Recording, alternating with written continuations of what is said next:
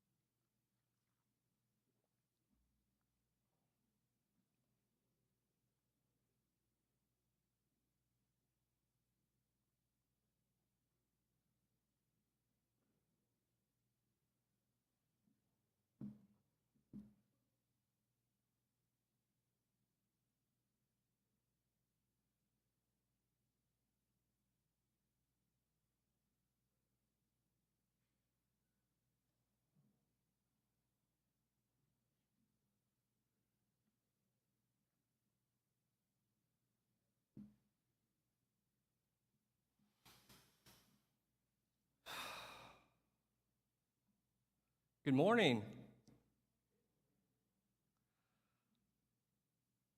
Welcome to Faith Lutheran Church here in Chico, California. Two things before we begin. First, the restrooms are through that door and to the left. They're hard to miss. The second is I'm going to take a deep breath in, and I invite all of you to join me. 1.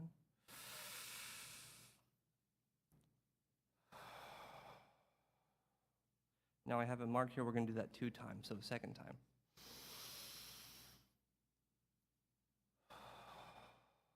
That is definitely more for me than it is for you.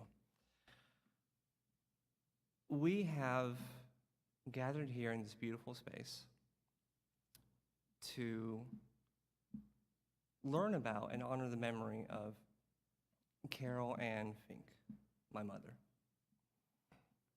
For the very few of you who may not know who I am, my name is Matthew Dick, and I am Carol's youngest son.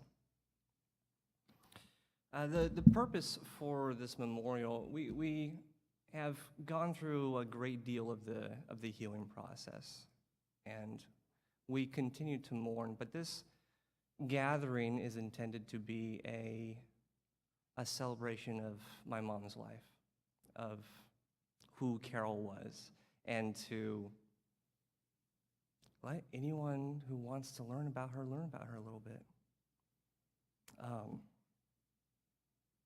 So I want to give a few thanks before we begin. There's an astounding number of individuals who have, throughout the entire process between my mom's diagnosis of cancer and until now, and it would be too many to list, frankly. So I have a few organizations, a few groups I would like to give thanks to. The first being Faith Lutheran Church, again, for hosting us in this space. Thank you to the staff, the audio team back there. Can't do anything without tech. The office manager and the parishioners. Secondly, Dominican Hospital in Santa Cruz. Thank you so much, especially the nurses. Everyone at the hospital did their utmost to take care of my mother. Thank you. Hospice of Santa Cruz. They were the most tender, loving people I've ever seen interact with strangers. I cannot thank them enough for getting my mom home before the end. The mortuary of Santa Cruz, who took care of my mother after death, they were wonderful, especially one Monica. The Reedley Cemetery District was also very accommodating. And Valentino's Restaurant in Reedley. They hosted us after the funeral and were simply amazing. So thank you to Valentino's and a shout out to them. Lastly, I would very much like to thank the Fink family and the Dick family. On behalf of myself, John and Andrew, Carol's sons, it would be a much more difficult time without you. And I want to give thanks to all of you. My brothers and I are,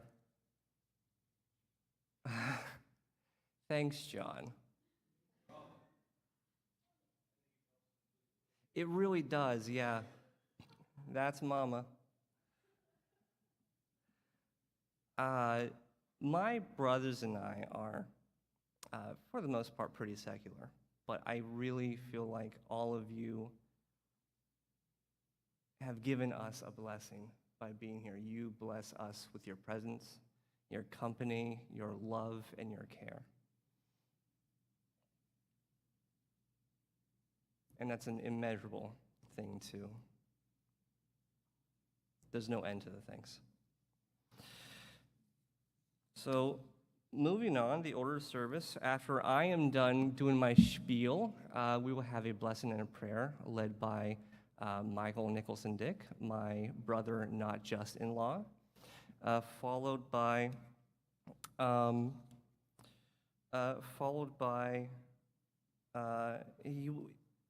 he will be speaking on my mother, especially upon her last days, after which I will be speaking. I'll be reading some poetry and trying not to cry.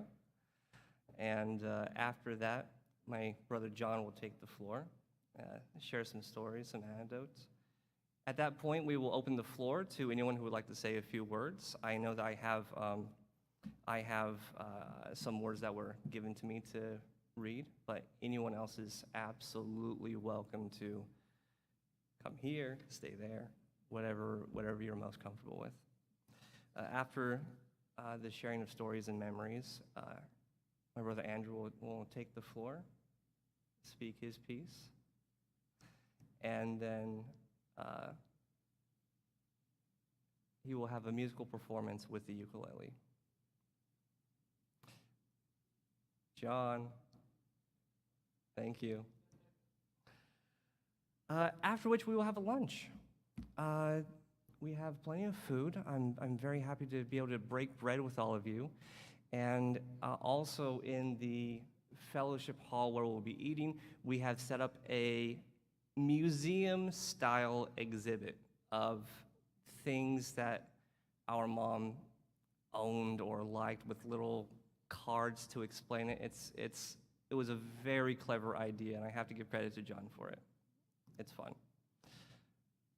That being said, Michael, if you would.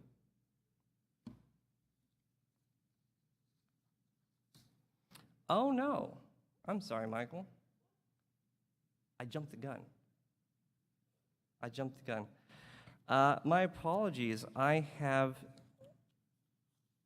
to give a general overview of my mother, the facts of life, as it were. I have something I need to read.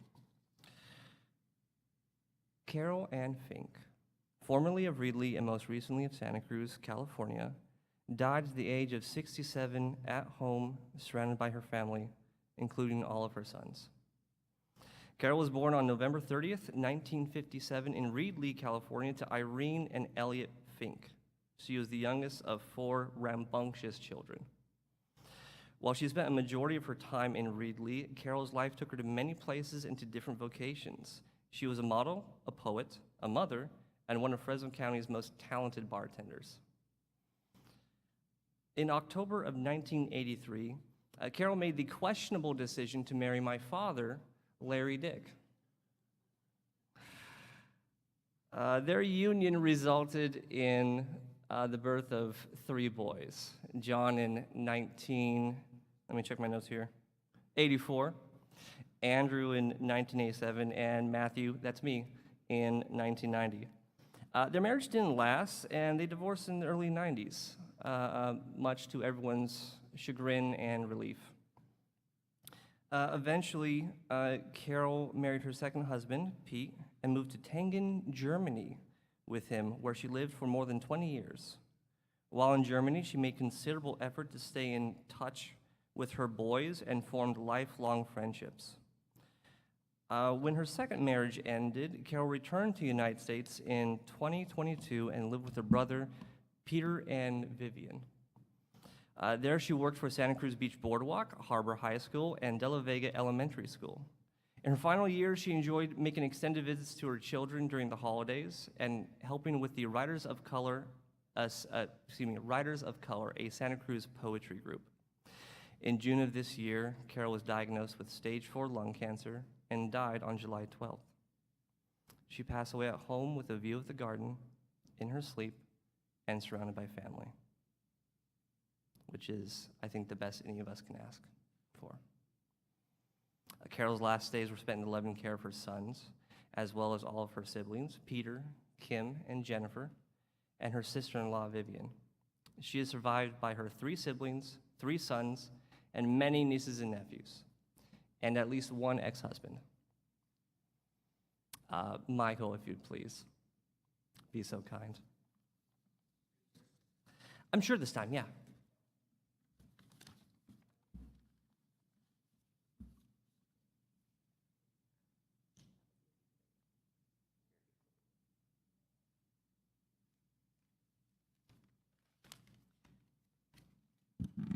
Tall people. Good morning. Good morning. Oh my God, you're alive. At least someone's alive here.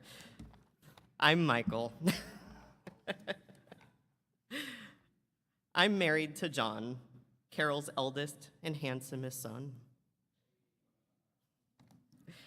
John and I have been together for 11 years, married for 3 come November, and Carol was effectively my mom too. She spent holidays with us, we played games, we cooked, we ate, we visited each other, and we even shared a birthday. In June, Mom was diagnosed with stage 4 lung cancer. On Thursday, July 3rd, John, Andrew, and I drove down to see her and help her prepare for chemotherapy, which she was scheduled to start, I think, 8 days later, the next week. The next evening, her oxygen dropped, and she went to Dominican Hospital in Santa Cruz. It was there that they told her she needed to get her affairs in order and showed her an x-ray of her lungs, one of which had been consumed by cancer. Chemotherapy was no longer an option. Mom, who was in the first several days lucid, had to make some big decisions while in terrible pain and distress. Family flew in, and those caring for Mom were myself and John, Mom's other 2 boys, Andrew and Matthew, her sister Jennifer, her brother Kim, and her other brother Peter, and sister-in-law Vivian. We stayed with Mom at the hospital and on home hospice. Difficult decisions were made together, always in consideration of Mom's wants and needs. We formed a buddy system so that no one of us would ever be alone. Because of that, we were able to spend valuable, unique time with one another in a way so special that guilt gripped me for a moment, shook me, and said, "How dare you find any light in Mom's darkest time?"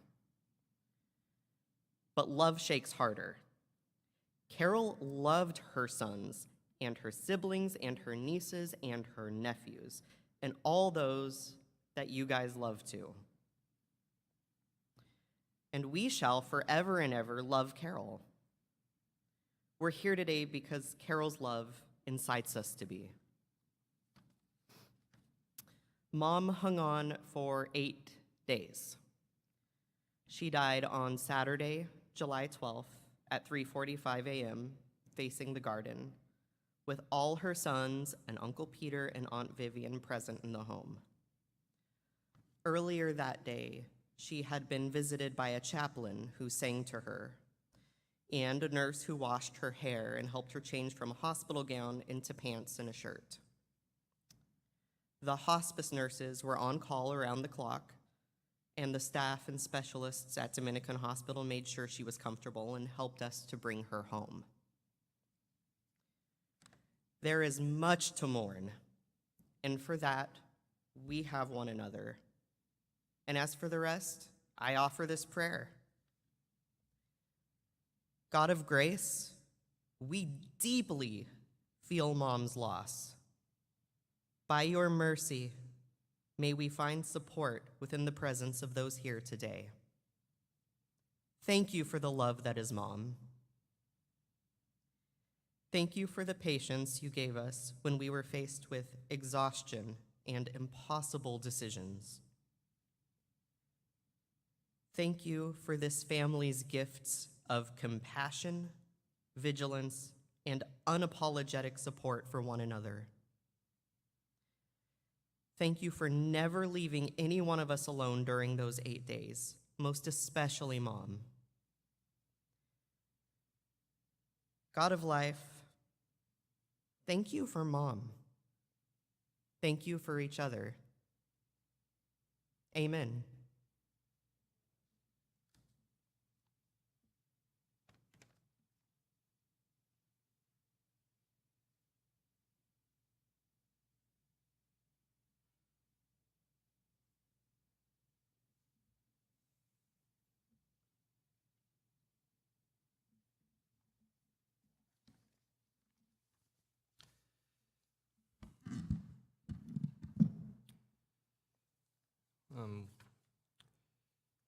Just a quick question. It is not you that's supposed to be up here, right, Matthew?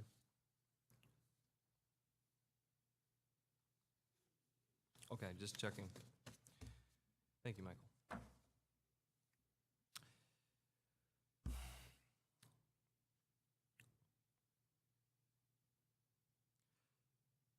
Before I begin,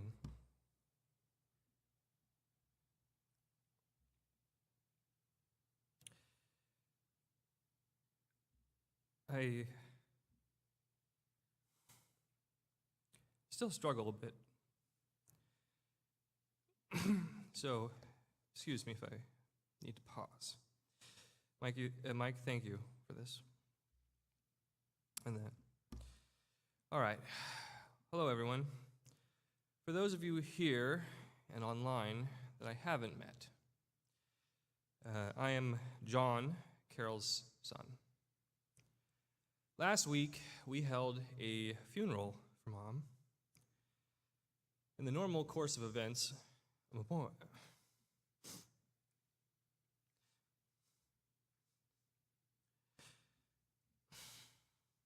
memorial takes place before the funeral. But as customary in my family, we do things backwards. Mom wanted to be buried in the family plot in Reedley, which was out of the way and difficult for many to attend. So in order to honor Mom's wish, but also to allow for those who could not attend, we've created this memorial, even if the usual order of things are in reverse.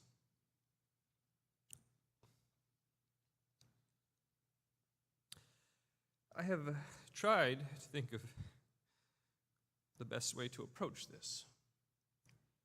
At the funeral, I spoke of my relationship with my mother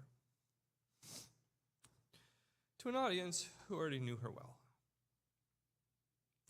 Here, many of you have not had that opportunity. It is daunting to attempt to capture the essence of so important a person to me.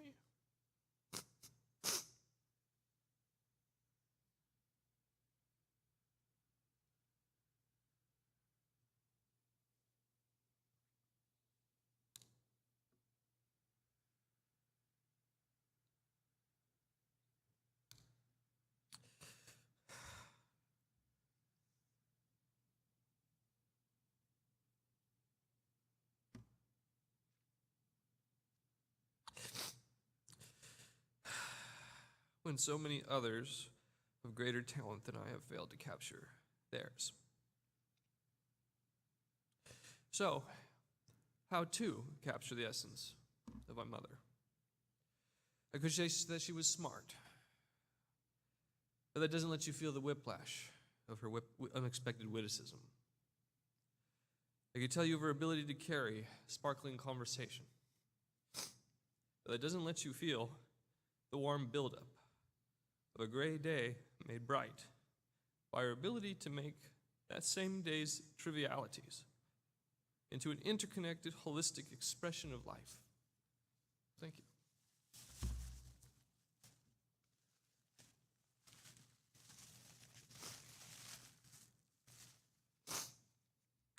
She cared for people. And please understand the inadequacy I feel trying to convey that to you, what that means. To me, it was not the grand gestures alone that were meaningful, but in the small, thoughtful, almost unnoticed things hidden in the everyday. When she took time before visiting me here in Chico to buy my favorite saltwater taffy, because I had once mentioned how much I loved it when we had last walked around Santa Cruz. Or when, years ago, divorced, rebuilding her life. She spent the last few dollars until her next paycheck buying me something to eat at the place where she was working as a waitress when I was a boy. When she would call me just to say hi. When dying, nearly unable to speak, telling us each that she loved us.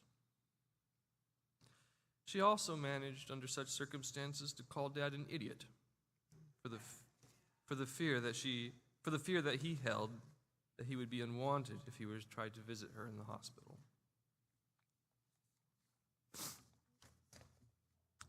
She enjoyed suggestive humor. Please don't misunderstand. She found many things funny, but she had a soft spot for the implied. I think it was because of the way her mind danced.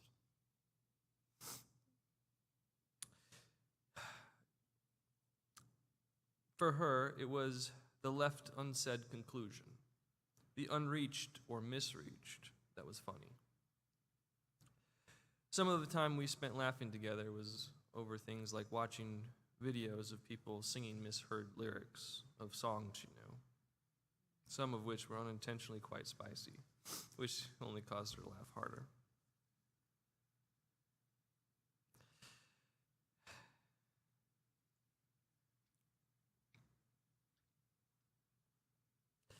I have tried here to tell you of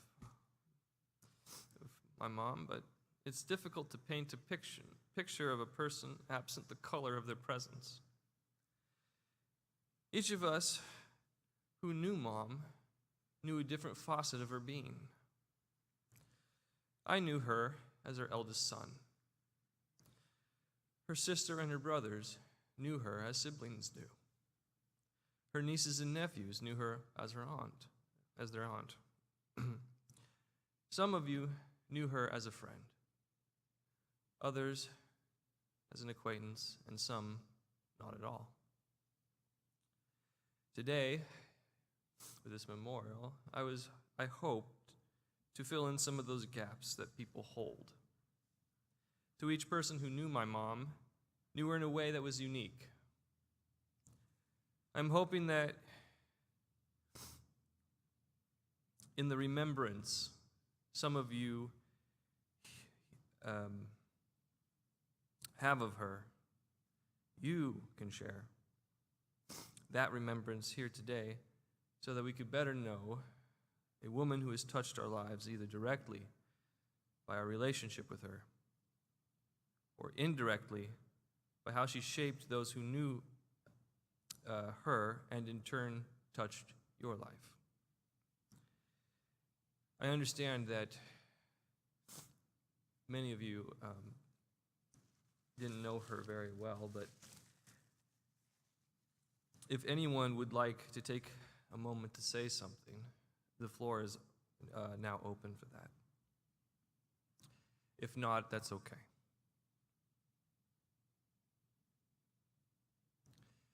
Would you like to come up, or would you like to? Come on up. Oh, wherever you'd like.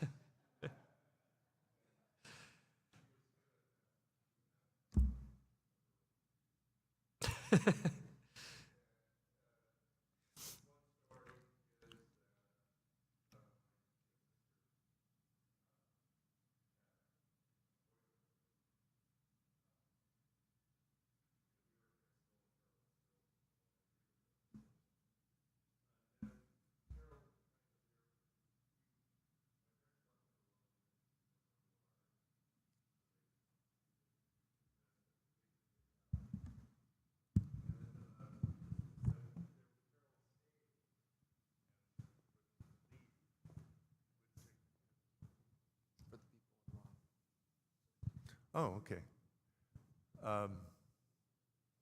Anyway, so finally this boyfriend figured out, I'll give her a quarter and she'll leave. And she did.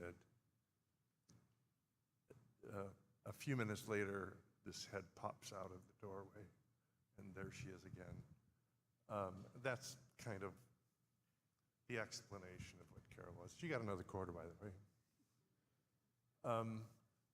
Looking at all of these pictures and of her life and looking at the memorabilia that's in the other room,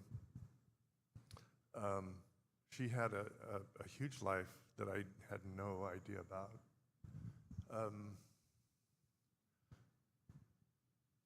I wish that, of course, hindsight, I wish I had encouraged her and been more involved in her life.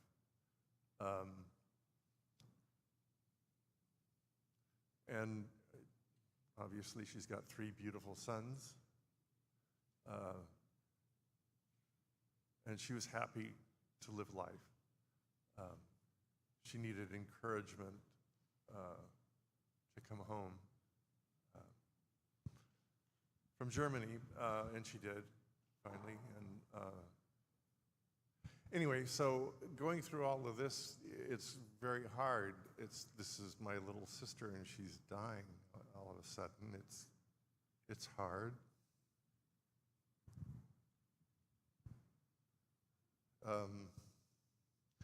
Anyway, so we buried her next to my parents, next to my grandparents, next to my great-grandparents. And I'm hoping the boys will be able to go there as well someday. I know my twin sister is planning on it. Anyway, so the end of a life is hard, especially if it's somebody that is related to you. It was hard to watch her.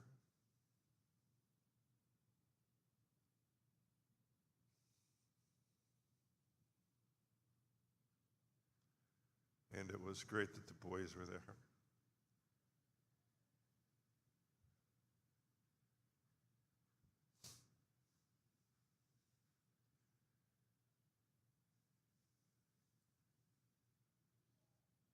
Anyway, a celebration of life, that's what we're here for. That's what happened. She had she went to LA to try to make it into the show business.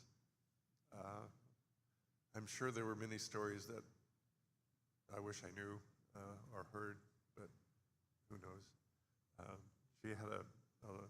She spent many years there.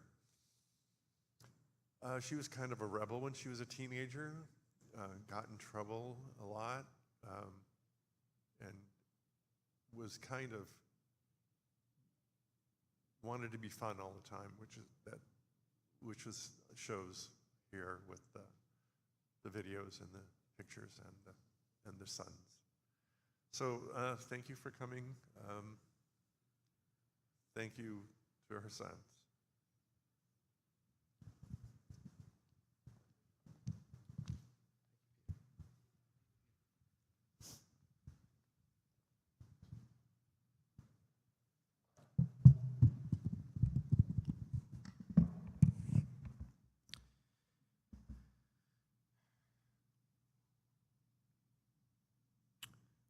Was there anyone else that wanted to say something?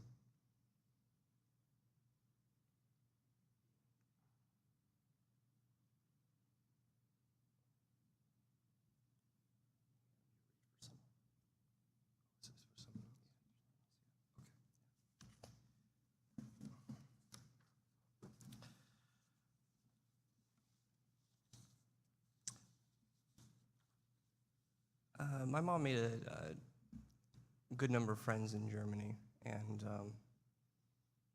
I recently got in contact with one. Her name is Stephanie. Hey, Stephanie. She should be watching now. She gave me some words that she would like me to read to share about my mom.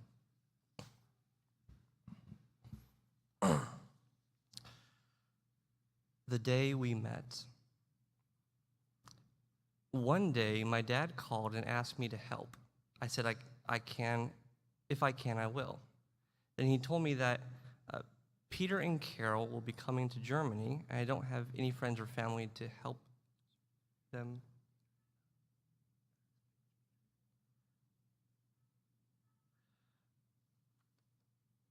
My mother's second husband's name was Peter. We called him Pete. That's whom I'm referring to. Thank you. Then he told me that Peter and Carol will be coming to Germany. I don't have and don't have any friends or family to help them get started in their new life. So I said yes. Not knowing what kind of people they were, and with only the information my father gave me, I took them in. I have to say, Peter came first, then Carol a bit later. Well, then time came, I picked Carol up from the airport, and the moment we saw each other, I knew we would become good friends. Today, I know we didn't just become good friends, we became family. She became my Auntie Carol, not only for me, but also for my children. As of day one, we had some kind of bonding, and it lasted over 26 years, which is half of my life. We were always there for one another. Carol had a heart of gold. I remember a few things that make me laugh to this day. We would crank up the music and act like we were playing a guitar or the drums and sing along with it as loud as we could. She was always good with jokes. When our favorite series came out, Outlander, we would watch it every week together over at my house. And if that didn't work, we would grab a bunch of goodies enough to drink, then call over video on WhatsApp and literally watch it together. We would laugh, cry, or be shocked, and afterwards talk about what we'd seen. Those evenings were like 2 hours. And it became our ritual every week. We loved it. I truly miss those days. She had been through a lot in her life here in Germany, but we would always try to make the best out of everything. That's what family and friends are for. And speaking of family, she always talked about her boys, John, Matthew, and Andrew, telling me about a new game they played, or when one got married, or about the graduations, and all with so much excitement. Always found time, even in the middle of the night, just to play a new game and spend time with them. I could go on for days, because 26 years is a long time.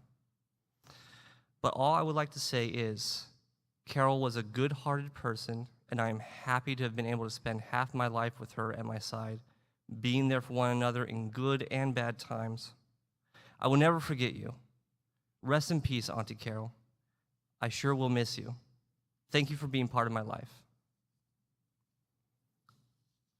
Stephanie, thank you very, very much. Vielen Dank.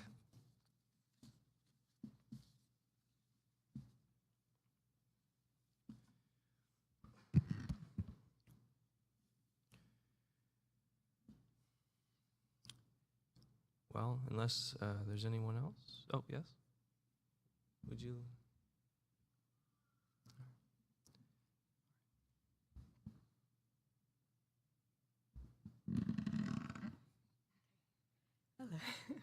My size. It's all these Vikings in the room. I just wanted to give a little bit about Carol's life in Santa Cruz.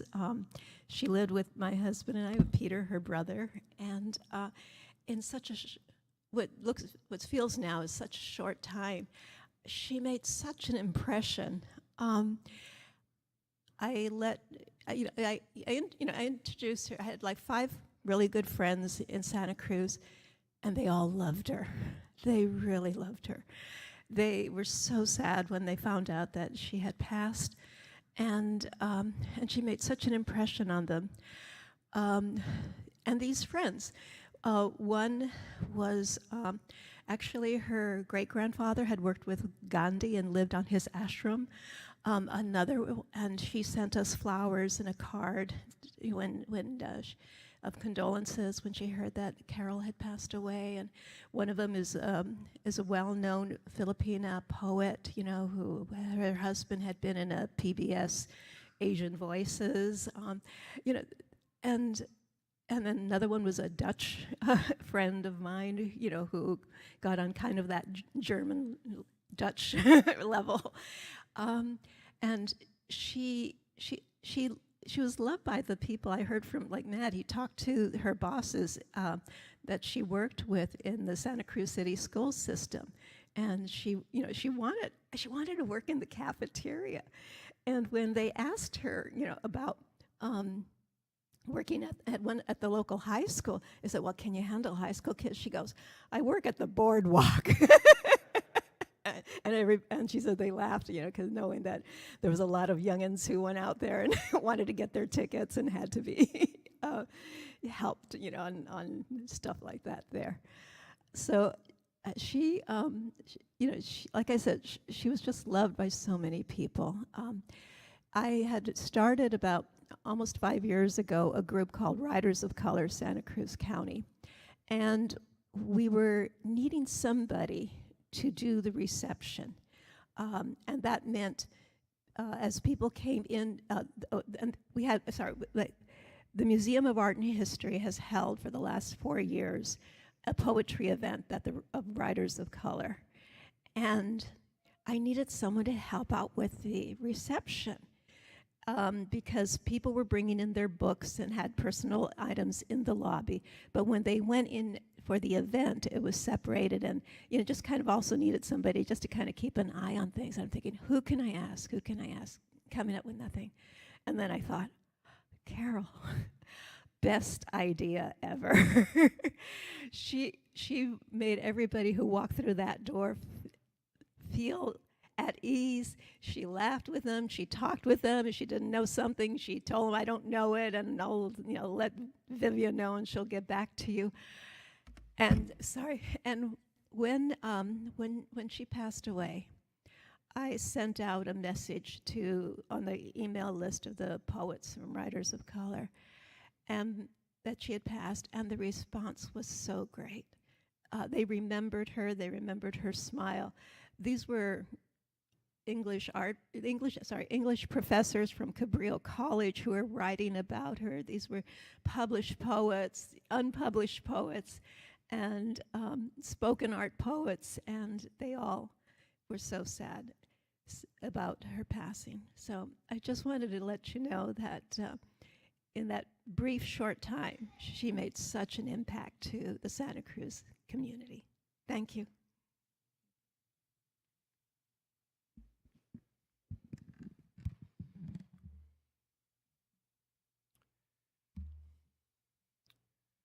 Would anyone else like to speak?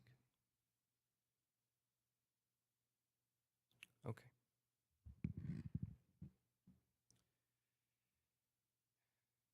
Thank you for your words, everyone. And Stephanie, thank you. Uncle Peter, Aunt Vivian, thank you.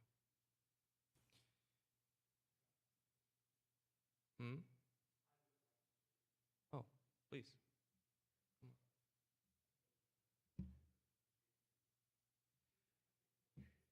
Would you like to come up here, or would you like me to bring the mic to you? Oh, nothing. Never mind. Come on.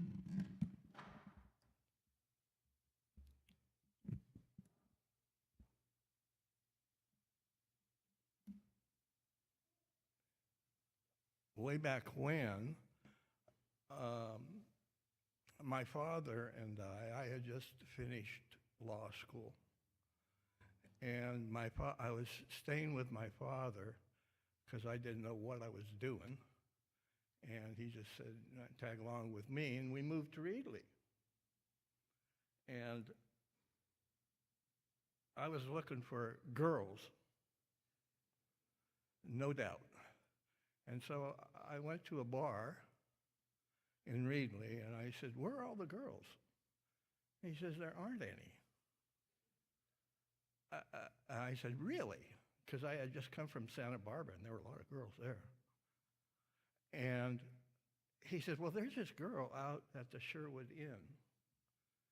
She's bartending out there. You can check her out. I said, okay. So I went down there, and sure enough, it was Carol.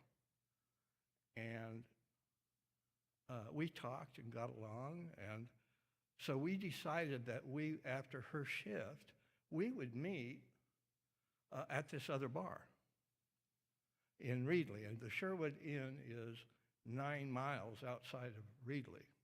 And I'm there. As I leave, my car breaks down.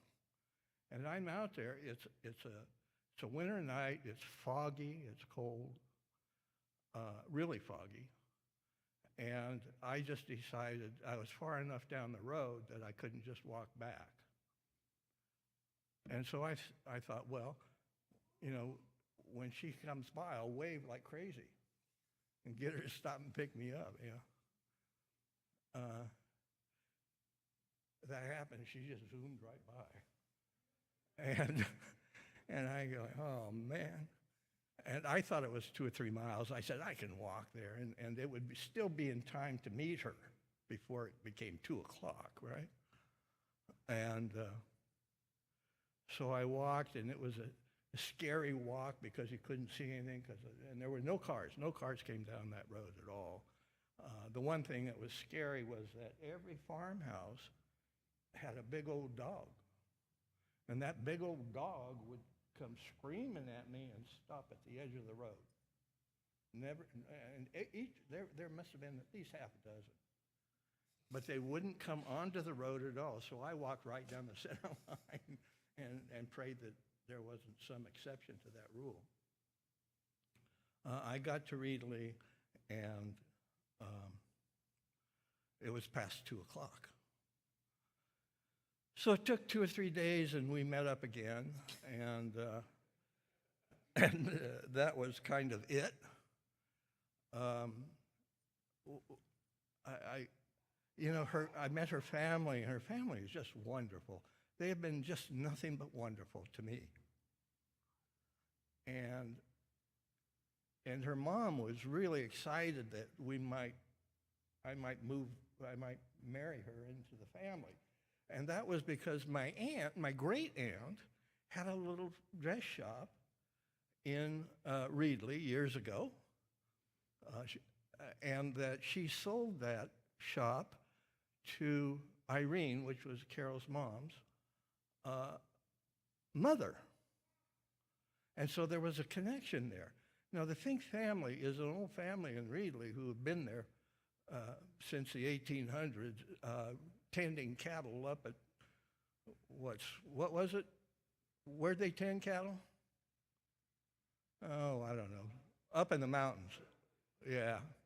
And they would drive a herd of cattle down the middle of town in Reedley, down Main Street.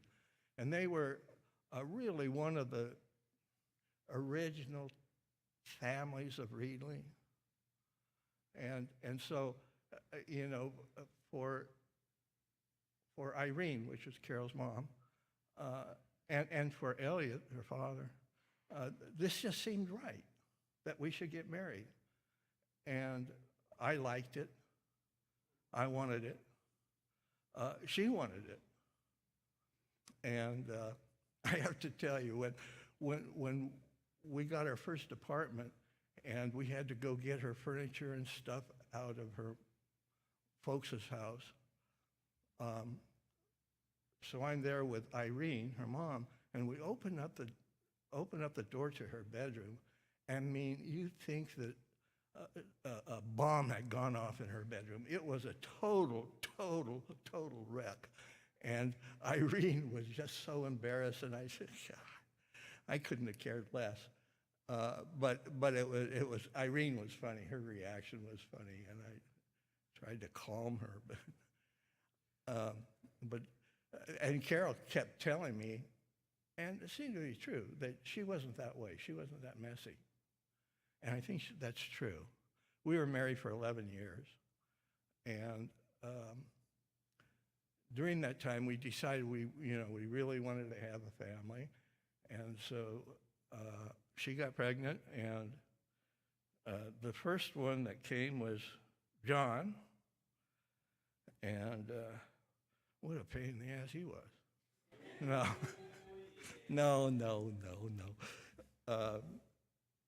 And he was the joy of our lives. And we moved to Eureka, where we decided it's time to have another one, 3 years. And along comes Andrew. He was born in, where were you born? Was it actually in Eureka County? Okay. And he came along, so now we got 2 of them. And then we were there for I don't know how many years. But, Eureka's cold. Even in the summertime, it's cold. They don't have air conditioning. That's just a non sequitur. What good is an air conditioner in Eureka? It's cold. And we went to visit her folks on their ranch, and the boys, and this was like in early spring, but we were used to the cold, and for Reedley, it was cold, but not for Eureka. The boys were outside playing in the dirt with no shoes on, and that was shocking to us because Eureka, there's no dirt for one thing. It's all mud because it rains so much. And so our parents were getting old, and we decided that maybe we ought to move back so that they could, the boys could know their grandparents. And so we moved back. But while we were in York, I'll tell you a quick story, and then I'll get out of here. John, we had to take John to a babysitter every day for a period of time. And as we were driving, John goes, "Oh, Dad, that's Patty's house." Patty's house? Come on, Daddy, you know who Patty is. And I'm going to Carol, I don't know who Patty is. And he says, and he was really, really convincing. He says, "You should know her, you kissed her." I'm going, I see my marriage just floating away. And so I mean, this went on for I don't know how long. My brother and his wife came to visit us, and this is when it popped up, and I'm going, "Carol, look, my brother's here, his wife, let's just not approach the subject until after they leave, and then we'll find out what's going on here." Well, I think she kind of believed me, but then John was so convincing. I mean, he'd put anybody away, you know?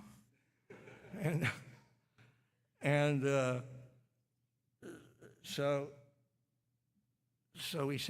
they left, and so we sat down, and I said, "Okay, John, now who is this? What are you talking about with Patty?" And again, he goes, "Daddy, you know. And I said, "Well, I don't." "Yes, you do. I saw you." And she pointed out the house where she lived, by the way. And I'm thinking, this isn't going right, you know? I was supposed to convince that this never happened. And I didn't know a Patty. And it was just getting worse and worse, and I didn't know what to say. And so I said, and John was what? He's this high. And I said, "John, are you making this all up?" He said, "Yeah." As relieved and fun as as relieved and happy as I was, still I wanted to kill him. I mean, slap that boy in the head. But that was just one thing. Carol was a bartender, and I was trying to pass the bars, the state bar. I went to law school, and so she helped me study.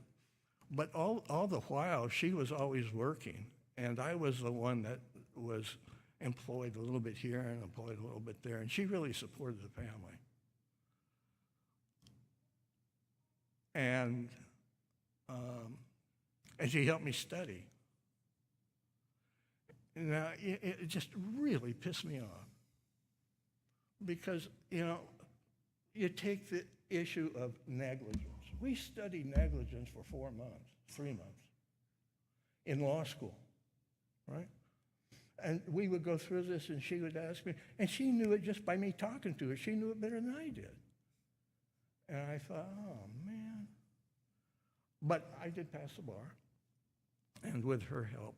But she got, just to kind of give you an idea of what she was like, she was bartending out at Cattleman's restaurant, which was out by Selma. I don't know if you know that area, and what they did at Cattleman's, which was a string of kind of nice steakhouse type place, and she was a bartender there, and they would come in surreptitiously, you didn't know they were there, and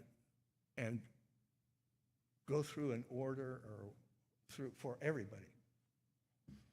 And she didn't know who they were. She just took their order and did what she was supposed to do.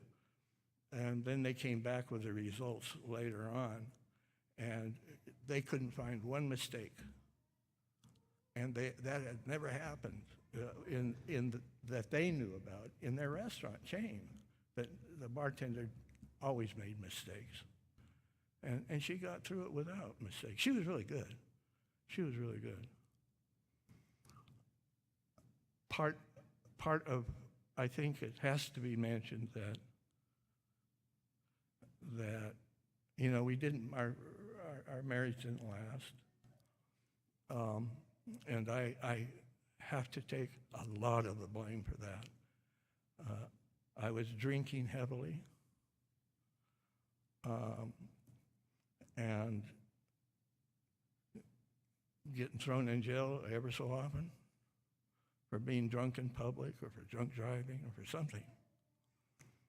And she never did, although she drank too, but I don't think anything like me. And so that just kind of, you know, blew everything up, and I'm obnoxious.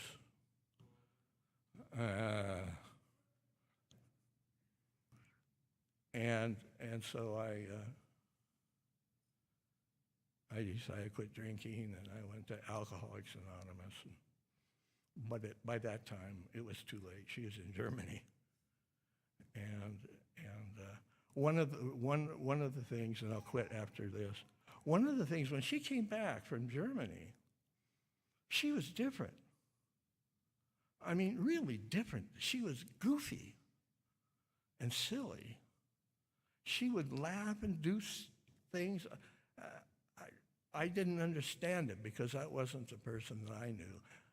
The person I knew seemed to be depressed. And I think I was the cause of her depression, without doubt. Oh, quit shaking your head, you punk. Oh, I know. But I have to say that she always loved my boys, our boys. Her touch when they were babies was incredible. She was almost, I think of her sitting there in her nightgown with a baby, one of these guys, and her touch was so soft.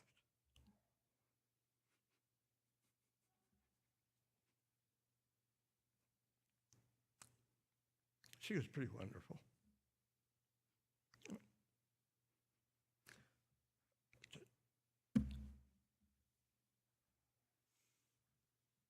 Thank you.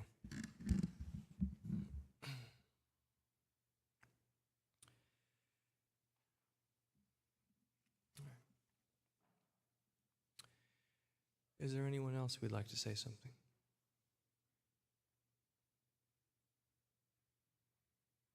All right.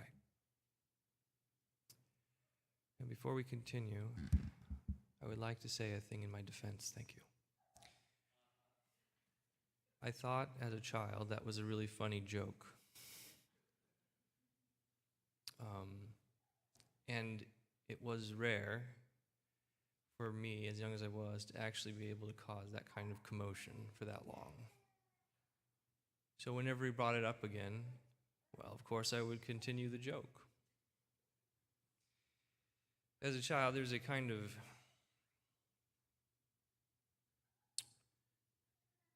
a child's reasoning skills are still being developed. And it was only after a certain point I came up to the conclusion, oh, the joke should be over by now. All right. Thank you for your words, everyone. for helping me learn about my mother better than I did before. I would now like to cede the floor to Andrew as he has something to say.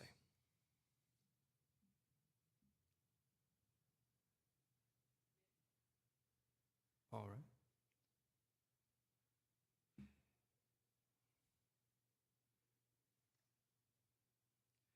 Or we can have Matthew. Here you go, Matthew.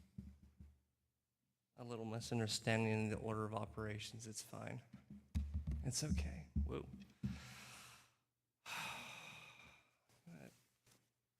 We're going to do that breath again real quick. Everyone, if you don't mind, breathe in. And then hold it for a little bit, just a little bit. And then exhale. Okay, I'm going to loosen my tie a little more and then breathe in. We're going to unbutton and then breathe out. Thank you. Thank you, thank you.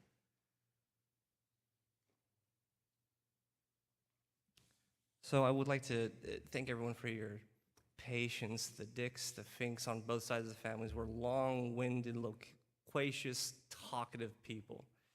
So I have a few things I'm going to say, and then Andrew's going to have a few things he's going to say. He's going to sing a little, and then we'll get some eats. So I want to talk about my mom kind of in a little bit of a narrative. I want to talk about just my life with her and kind of describe how she was. When I was a kid, one of my earliest memories was of Dad dropping me off at Mom's house or Mom's apartment when he took Andrew and John to school when I was too young to attend. And even from the very beginning of their split, they were always, as far as I could tell, very cordial and coordinating and were wonderful co-parents despite the issues, Dad.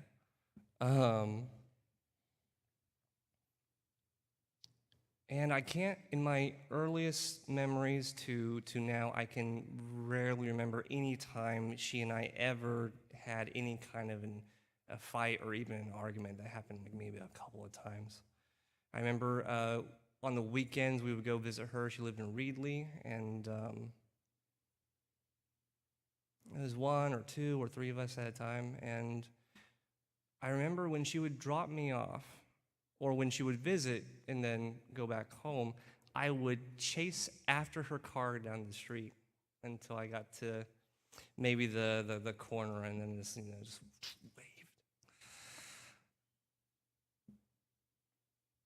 Because that's what it was like to be around her. I don't think that was just me. I don't think that was just because I was her son. Everyone kind of felt that sort of magnetism that she had. When the family shared at the funeral, they talked about her, a few people talked about her laugh and how similar it was to her mother's and how infectious it was. One of my cousins said that she was the fun aunt. Another cousin said that she was the person who told her, "You can leave that toxic dude. It's fine," you know? She was a crack bartender, and every once in a while she would bring one of us to work, and we would sit and eat maraschino cherries and drink Coke, and while she tended bar, and it was great. And whenever I would go to her place, we had almost a routine. We would get there, we'd go to the movie house, we rent Garfield because that's what I wanted, and we would get SpaghettiOs, and that's what I had for dinner because I'm spoiled. She may have forced an apple, you know, and when I was done eating SpaghettiOs, I'd just curl up on her lap and we would just watch Garfield. I don't know why Garfield, I don't care for it anymore, but gotta respect little Matt. I remember one time when I heard that she was gonna be visiting, on the way home from school, I found a little dandelion, just yellow, and I just picked it. It was this tall and this wide, and I got home, and then I found out something had come up, and she wasn't gonna visit us that day. And it was either a couple days later, or I think it was more like a week later. And I decided that I was going to put that dandelion in water and just trying to keep it going until she could get there. I think I just picked her another flower. When she left, it was quite confusing. Being the youngest, I think I was around 7, 8 or so. My dad shaking his head at me.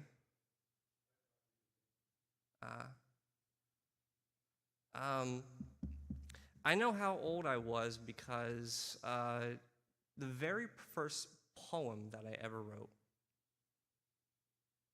was about her leaving, outside of a class assignment. I don't know.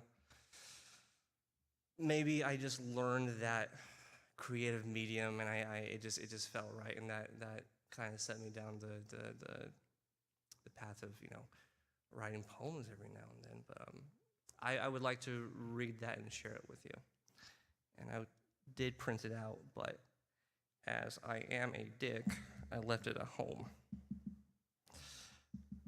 So I'm just gonna have to read it off my phone. Now, even as a child, I was melodramatic.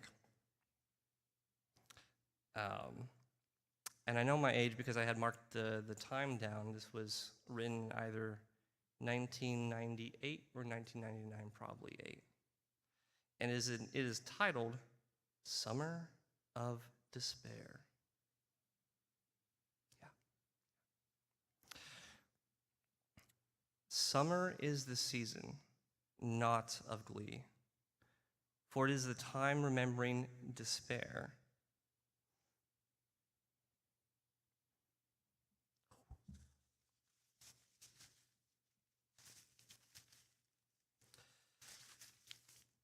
When my mother left me.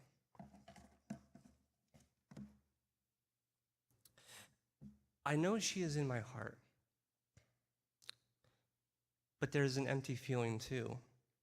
I feel like she will be with me nevermore.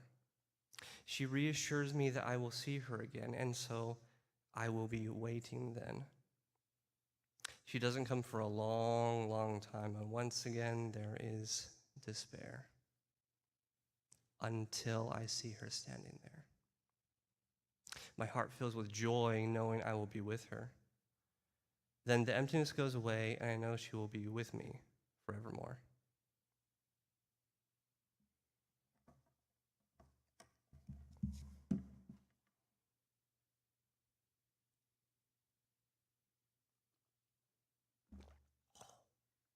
Man.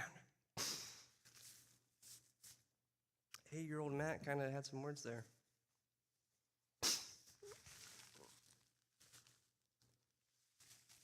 Not great, but definitely heartfelt. When she left, I kind of had an idea about why she was going, and she had married a guy, and he got deported, and I thought that was the most of it, and she made a choice.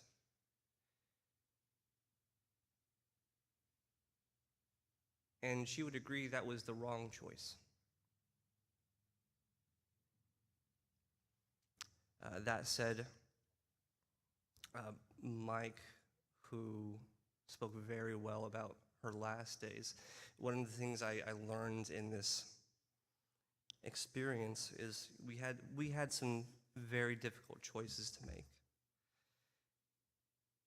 And I realized after the first one that we decided on, it didn't matter how it shook out. It was the right decision to make. It was the right choice. I realized that if you are working with all the information available to you, with all the resources available to you, whatever choice you make is going to be the right one, and the right choice is going to be the one you make. Thinking back on, after having that mini epiphany and thinking back on my mom's decision, it became a hard pill to swallow that my mom, for her, with what she had available to her, that to her was the right choice to make. Was it actually? No. And again, she and I have had heartfelt conversations about it. And as much as there is to be forgiven, it was and has been. And I've come to realize, at least in this case, forgiveness is not an event, it's a process.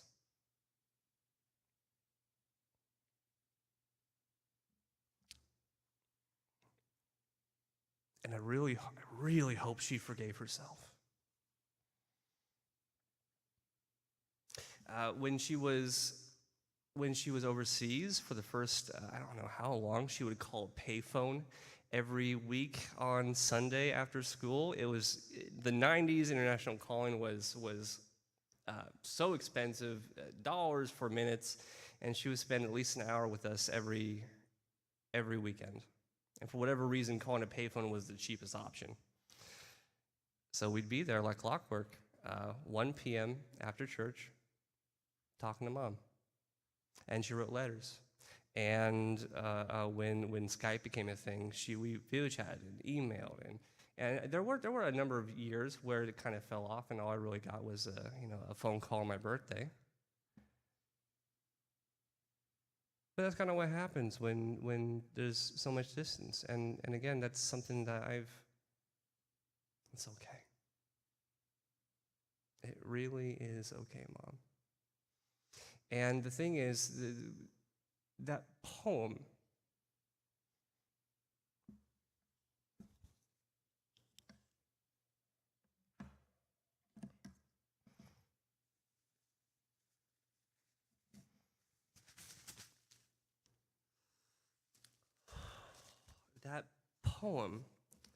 that I wrote,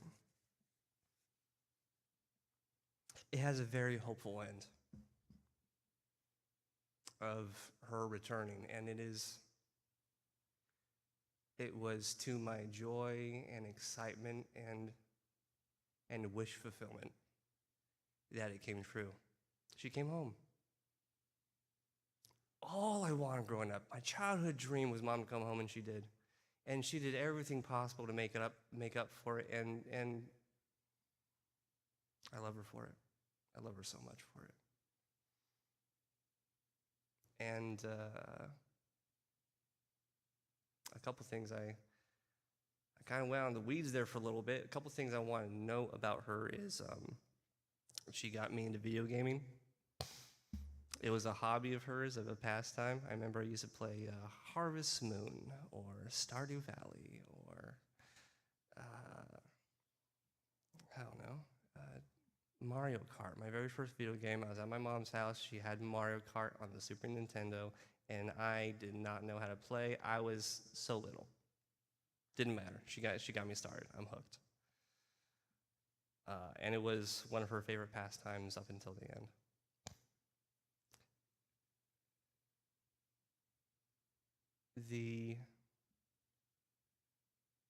The end.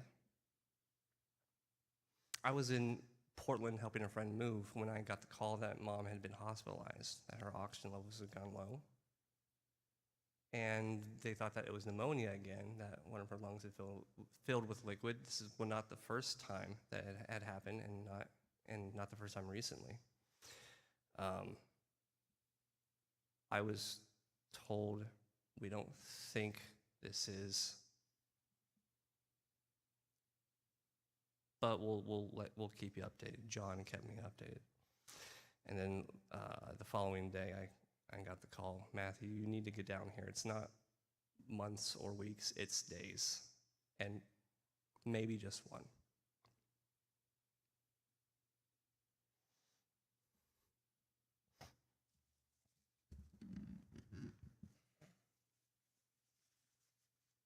Stupid glasses.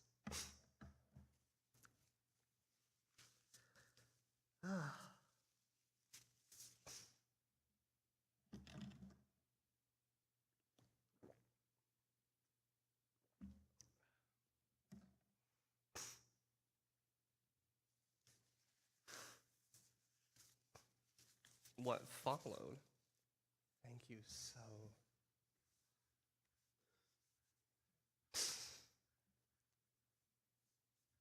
difference in quality is night and day.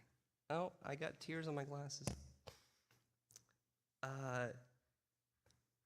What followed was a hasty same-day flight to San Jose, and then being picked up and driven to Santa Cruz, and then seeing my mom.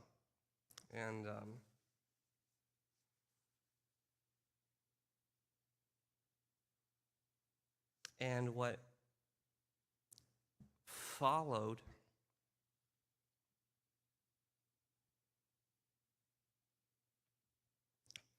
was, excuse me, what followed was the most difficult, most important, most harrowing, and most proud thing I've ever done, which is take care of my mom with my brothers, with my aunts and uncles.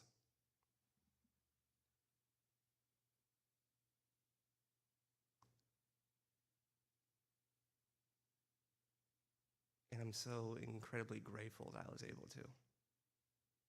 I was grateful to be there for her. I would give anything to have her back, obviously. But from her passing, there has been such an incredible strengthening of bonds within our family, which is an impressive feat because we are already so tight-knit and close. With my more distant family, my aunts, my uncles, my cousins. And for me personally, I've had a exponential emotional and spiritual growth through this. I would give everything I just said away.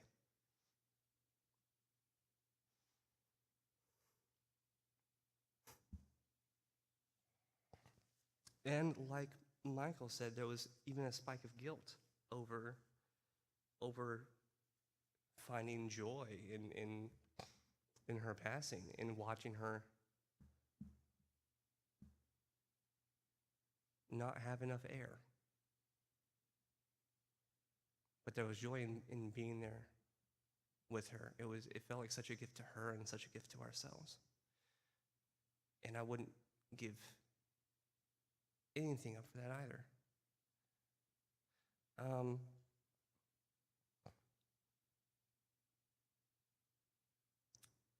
think I'm starting to get to the point of rambling. So I would like to share a little bit of what I feel is wisdom that I've been telling a lot of folks since my mom's passing is, one of which I've already said is that the choice that you make is going to be the right one. Even if it's in actuality not, even if it's for not for other people. The hard choices are, you're going to make the right one.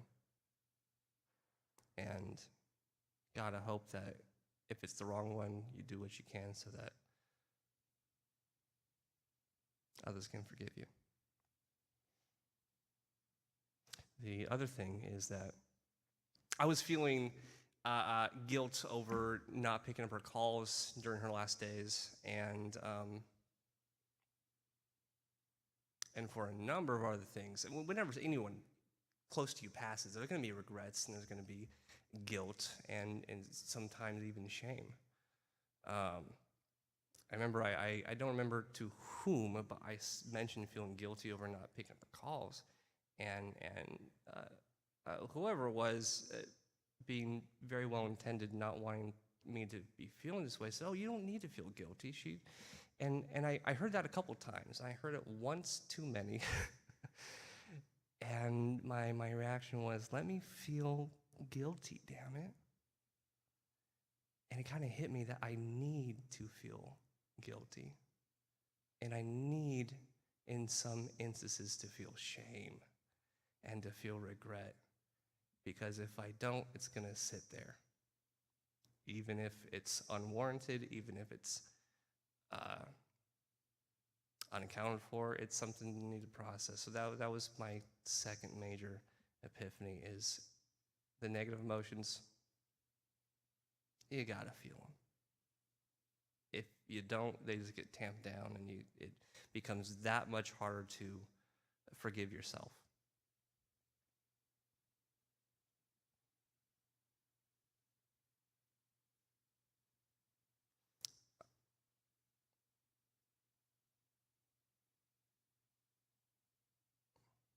Maybe two more things, bear with me. I want to pass a memory on, which is saying goodbye. I mean, the goodbye that my mom and I shared with each other. Was at the hospital. I had slept for maybe 6 hours in 60, and I was being pushed to go to sleep. And I hugged my mom, and I didn't want to sleep because I didn't want her to die in my sleep. And I hugged her. She was asleep. And she was having such trouble sleeping, we didn't want to wake her, so I hugged her, and then I ended up kneeling by the hospital bed, sobbing. I had I believe my brother and his husband were there, and my aunt, I can't quite remember, but I felt 2, 3 hands on me, on my back and shoulder, 5, and just being there with me in the moment and just keeping me afloat. And I cried like that on the floor for minutes. 5, I think, would be a good number. When I finally got up and wiped my eyes and was ready to go, my mom was looking at me. She was awake. I don't know, but I assume that she had seen me mourn her in real time. And she just opened up her arms. And I went down, I hugged her, and I felt real strength in her arms. She was hugging me back. And I said, we pulled away. I said, I love you. She said, I love you too. The best that she could, because she had breathing apparatus. And I asked her if I could kiss her. She said yes. And growing up, she always wanted to kiss me on the mouth, and I thought that was weird. But I did this time. And we said goodnight, and in saying goodnight, we were saying goodbye. And then I slept for 9 hours straight in a hospital chair. And everything else after that, for me personally, was just frosting on the cake.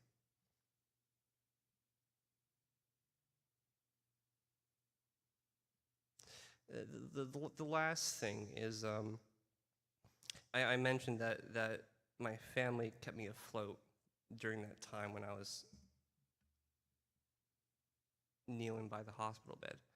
And another saying that has kept popping up is, grief comes in waves.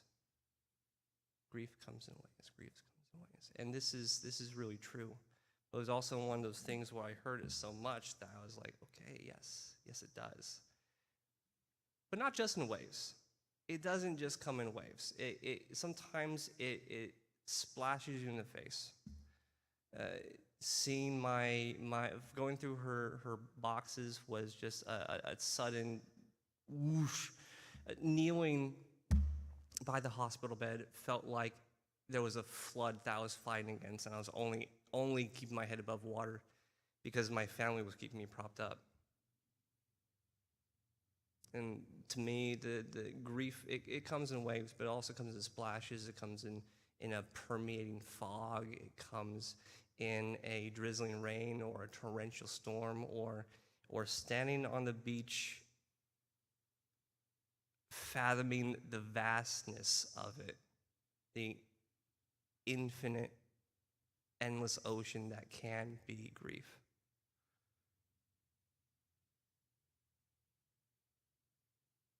I was going to end this on a positive note.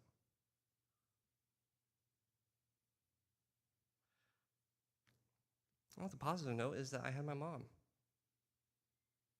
And she had me. And those guys.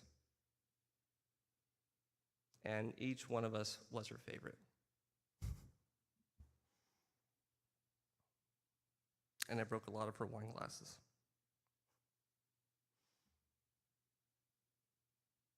I think that's all I have to say. Thank you so much for listening to me ramble. I know this has been a long service. With that, I yield my time. Andrew?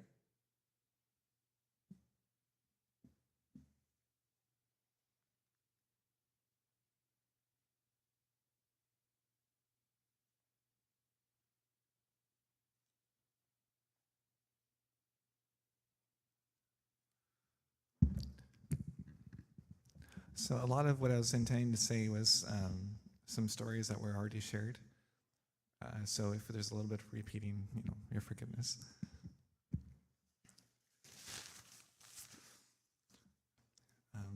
In terms of the guilty feelings, I don't think it's really necessary because there was no feelings of joy for her passing or for her process of passing. It was more for the closeness that we're able to come together, and because we had to. So I don't think we should feel guilty.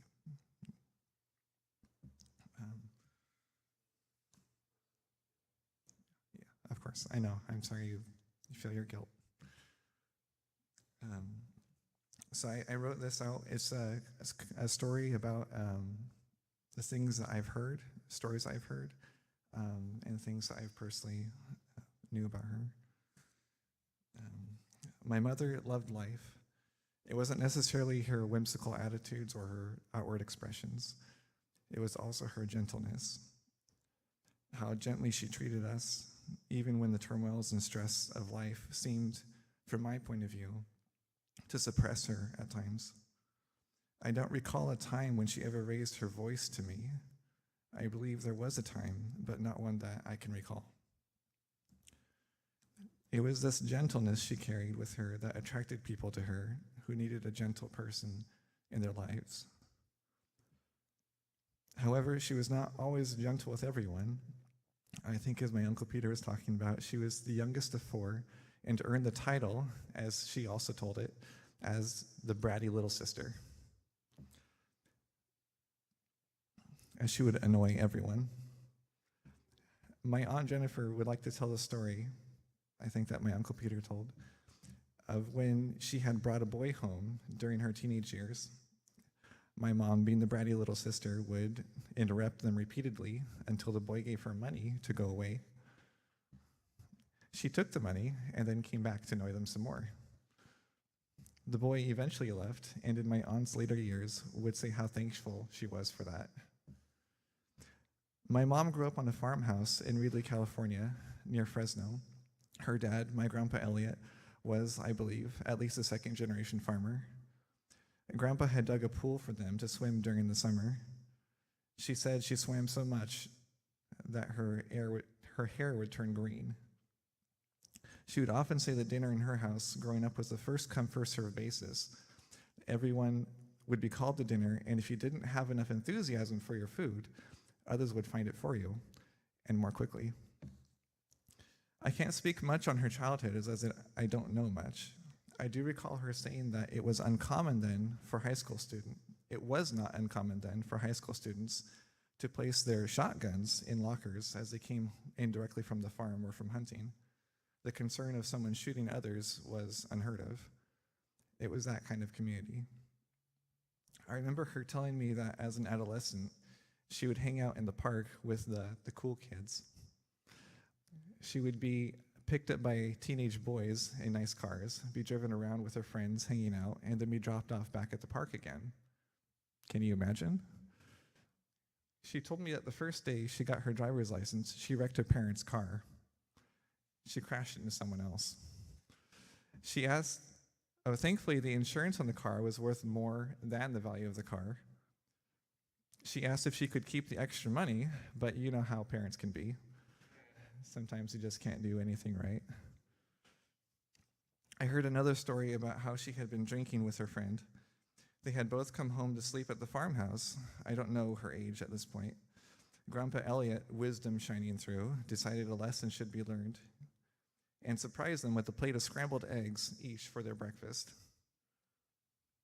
I've heard this is traditional. Her friend immediately had to find the toilet to throw up, but Mom had told me she was just fine. Which reaction was more virtuous in retrospect? I don't know. I don't know a lot about her childhood. I've heard about dogpiling out of a pickup truck with her siblings while roughhousing, her hair turning green, boys stalking her, and Grandpa Elliot scaring them away. It wasn't until her mid-20s, while working in the Sheridan Inn as a waitress and bartender, that she met my dad. She said he came in with either a blazer or a leather jacket, I'm not sure which now, and sunglasses, acting like Mr. Cool. My dad didn't fit in with the crowd, I'm sure. My dad had been asking around to find pretty women, and he was directed towards my mom. Well, here I am. Strange, right? In that general timeline, she had taken modeling photos, hoping to start a career in modeling. She also loved poetry and had written several poems. She was even published, although I don't know where those poems are. My parents eloped in Nevada, asking in a local bar if there was a judge that could marry them. A patron there said she knew just the person. They were married later that day. After the ceremony, witnessed by the judge and bailiff, my dad asked the judge if he wanted to get a drink with them, and off they went to the Bucket of Blood saloon. My understanding is that a more formal reception was held for them at the farmhouse, with family and friends attending to formally celebrate their love. My grandpa Elliot loved to play tennis, and my dad loved table tennis. My dad, I've heard about and seen pictures of them playing table tennis together. I don't know the timeline at this point, but my grandpa Elliot had eventually passed from cancer, and I was surprised to learn that my dad had been a pallbearer for him as they were close. I had no knowledge of this before the funeral preparations for my mom. I and my two brothers, Matthew and John, were born of their marriage. My dad described his idea of parenting as not having rules, but that we do the right thing. We were not punished much in my recollection. I do remember having to spend 2 whole minutes on the couch. One time, it was even 5. Even today, I don't have a perfect memory, but I know that the experience at the time felt akin to ours.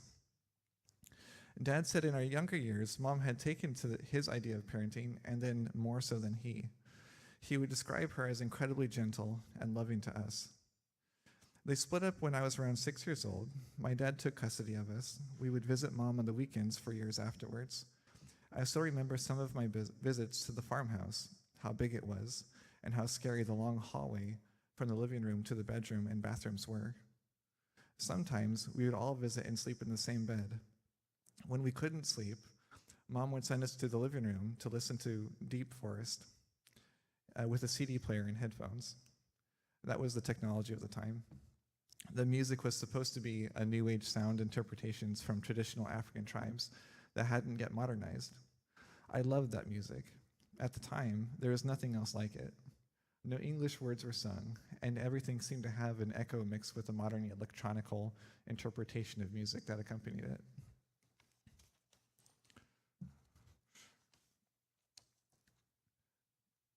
I have many memories at that farmhouse. I remember exploring the trees nearby that seemed a forest then, her cooking me breakfast or getting ready for school on Monday mornings. When I was around 12 or 13, or maybe my timeline is off.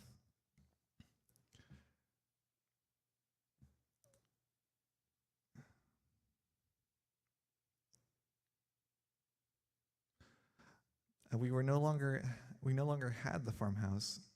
Before he died, Grandpa Elliot had sold it to our grandma to retire when he couldn't be there for her.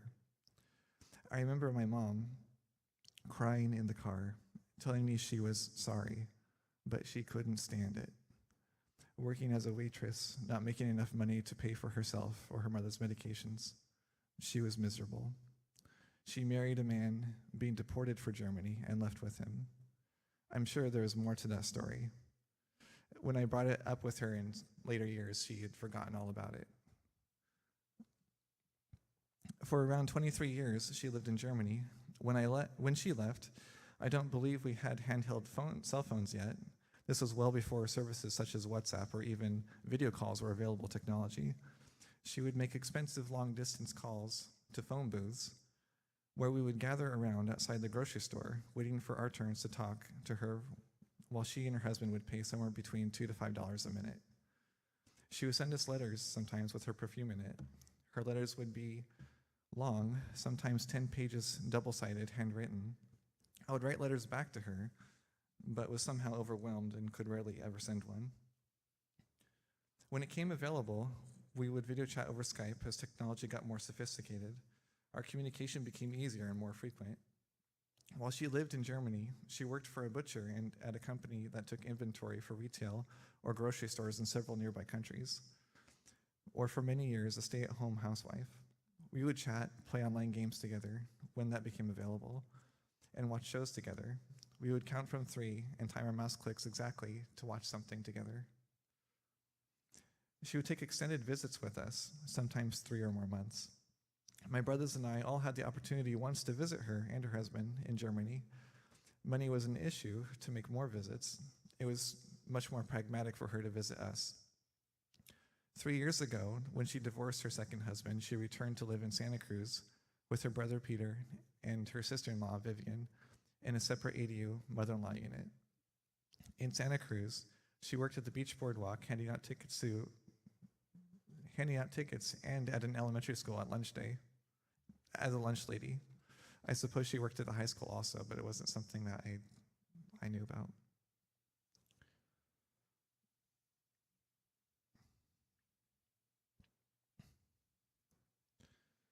She received awards at her work for the boardwalk and received a heartwarming Get Well card when she fell ill, signatures filling the inside. She also volunteered as secretary for the poetry group for women of color my Aunt Vivian attended.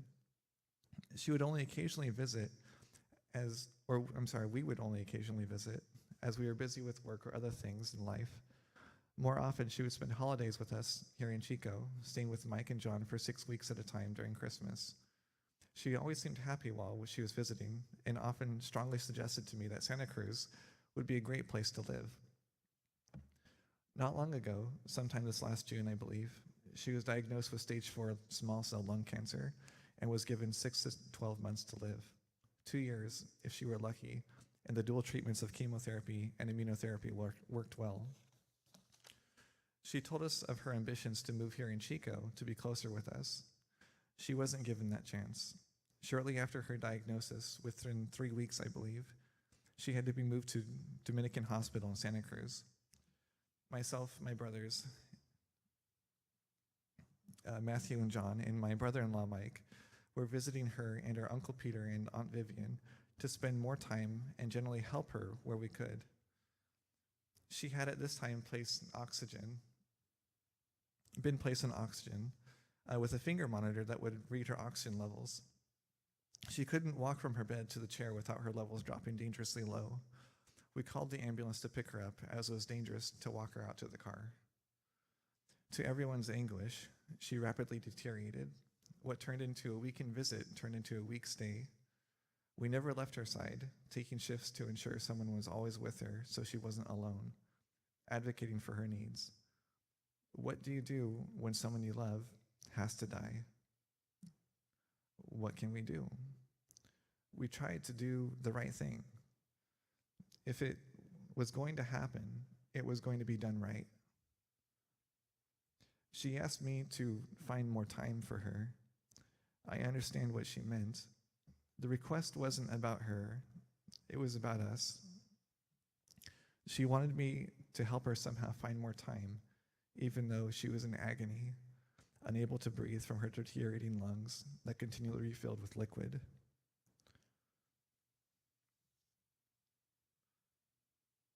She still never raised her voice at me or became angry with me, not once. Her brothers and sisters came to visit her and say farewell. They would sometimes take shifts with us to watch over her. She was brought home on hospice care with her sons and family until the day she died a week after we visited. What can I, as a rational being on my own life journey of human experiences, think or feel when those most similar to me, with equal magnitude and all the preciousness for their being alive, abruptly end their journey, forced, in my view, as I travel through life, to leave me behind? The uncertainty my ignorance brings in a destination beyond a human experience, even though many experiences beyond a human experience exist all around me. How then can I rationalize my ignorance as fact? How do I conclude existence, our existence, is tailored only to be human?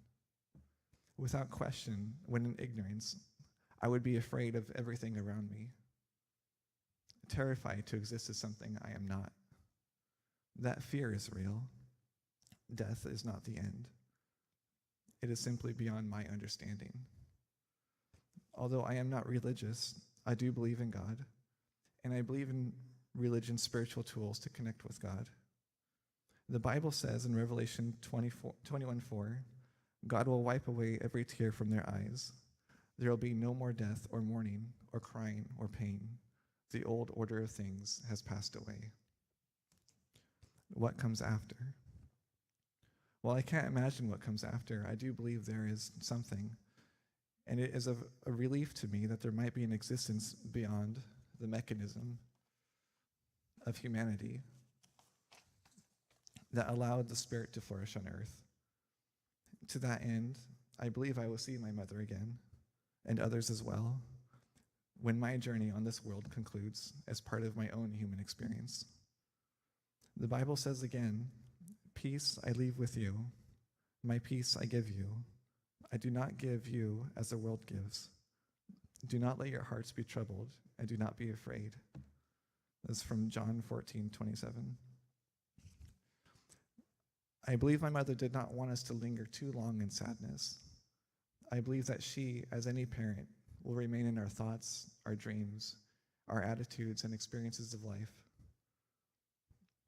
but that we should and will find happiness through them, their influence, and our memories of them. For that, Mom, thank you. You are not alone. I will see you again, and I am thankful for in my life to have been your son. Please rest in peace, and we love you.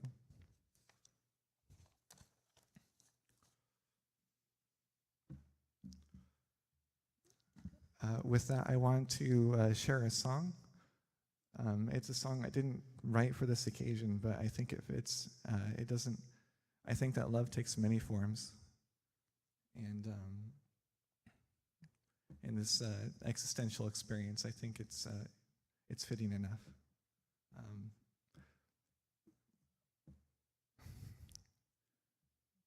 My voice has not been working with me well, especially of late, but give me your patience, please.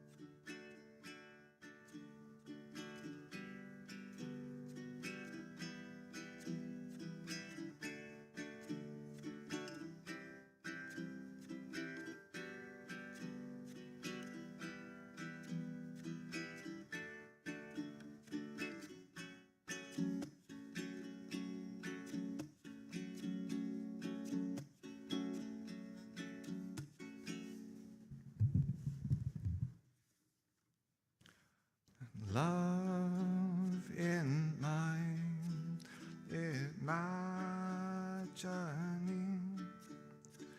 tastes like rain on a sunny evening.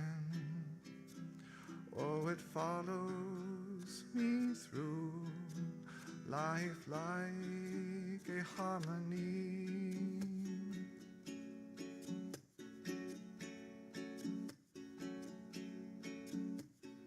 Love in my imagining, I cover my eyes so I can see. Oh, it can't wait for the world to be.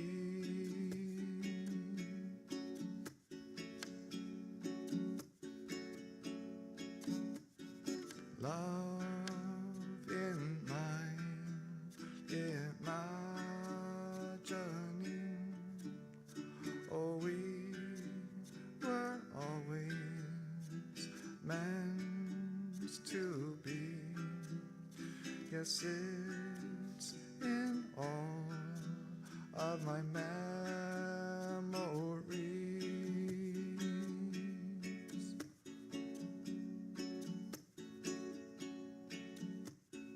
Love in my imagining. Love in my imagining. Oh, love in my imagining.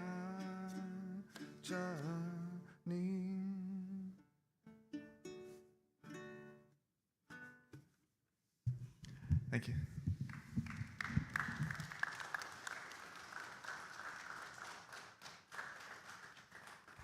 Your applause is more than generous.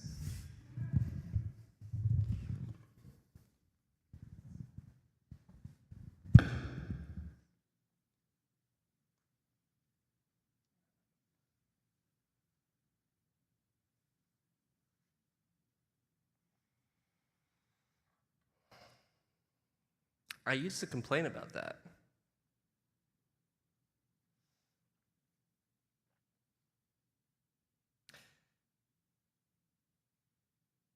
You know, when we were in the hospital, we had a rule, and the rule was you don't leave someone else without a hug.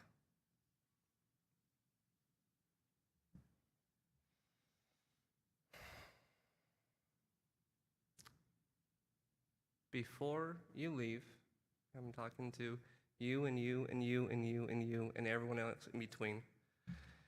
And figuratively for you guys, I want a hug before y'all go. This has been such a special and wonderful thing for us. Obviously, we're still healing.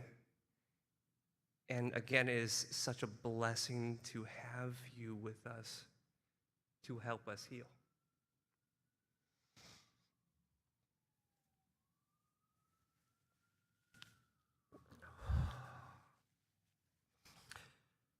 What you give us is love, and that is